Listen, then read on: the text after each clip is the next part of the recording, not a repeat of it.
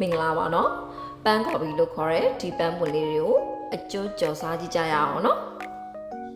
အရင်ဆုံးစလုံးတစ်လုံးထဲမှာရှည်ထည့်ပြီးတော့စားနဲ့ငယ်ထည့်ပေးပါမယ်ရှင်ပြီးရင်ဒီပန်းကော်ပီခေါ်ဒီပန်းပွင့်ကိုအနေတော်လေးတွေခလိချက်ထားပေးပါမယ်ရှင်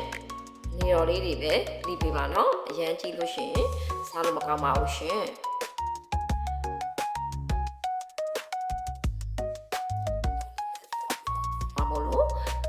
ရသားလေးကချွတ်ချွတ်ကလေးနဲ့အတွင်းသားအီအီလေးအရန်စားလို့ကောင်းတော့ပါရှင်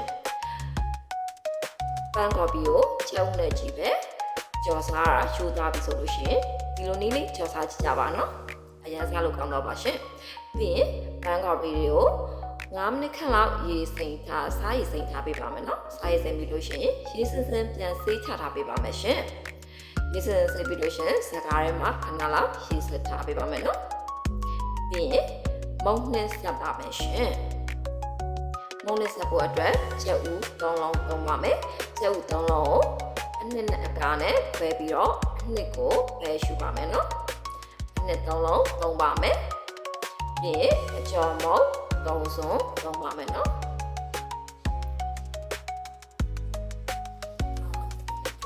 ဒီညက်ပြီးတော့ထည့်ရပါစားတစ်စုံထည့်ပါရယ်ပြီးဟင်းရမုံတစ်စုံထည့်ပါရယ်နော်ဆုံးသေးလေးနဲ့ပါပဲပြီးရင်မဆလာထည့်ပါရရှင်မဆလာမကြိုက်ရင်လည်းမထည့်ပါနဲ့နော်ကျွန်မတော့မဆလာကြိုက်တဲ့အတွက်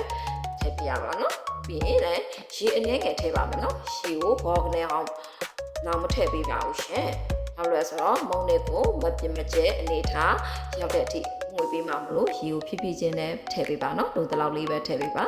ပြီးရင်ဆက်ထားတဲ့မုံနဲ့ရေကိုဒီပန်းကော်ပီတွေကိုထည့်ပြီးတော့တမအောင်ရောမွေပေးပါရှင်အကောင်လုံးတမသွားပြီဆိုလို့ရှိရင်စီပူမှာမီအေးနဲ့တစ်ခုချင်းထည့်ကြောပေးပါမယ်နော်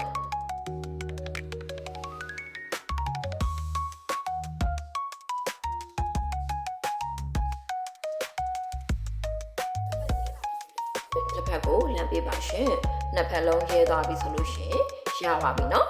ပကံတစ်ချက်ထဲမှာတီရှူးခံပြီးတော့ဆက်ထည့်ပေးပါနော်စစ်စစ်တဲ့သဘောပါရှင်ပြင်သားကျွတ်ကျွတ်ကလေးနဲ့အတွင်းသားအီအီလေးကိုအရှင်ရည်လေးနဲ့ပို့စားရင်အရန်စားလို့ကောင်းတော့ပါပဲရှင်ကြော်စားကြည့်ကြပါနော်ကြည့်ရှုပေးတဲ့တူတယောက်ချင်းစီကိုကျေးဇူးများကြီးတင်ပါတယ်ရှင်မင်္ဂလာရှိသောနေ့လေးပိုင်ဆိုင်နိုင်ကြပါစေနော်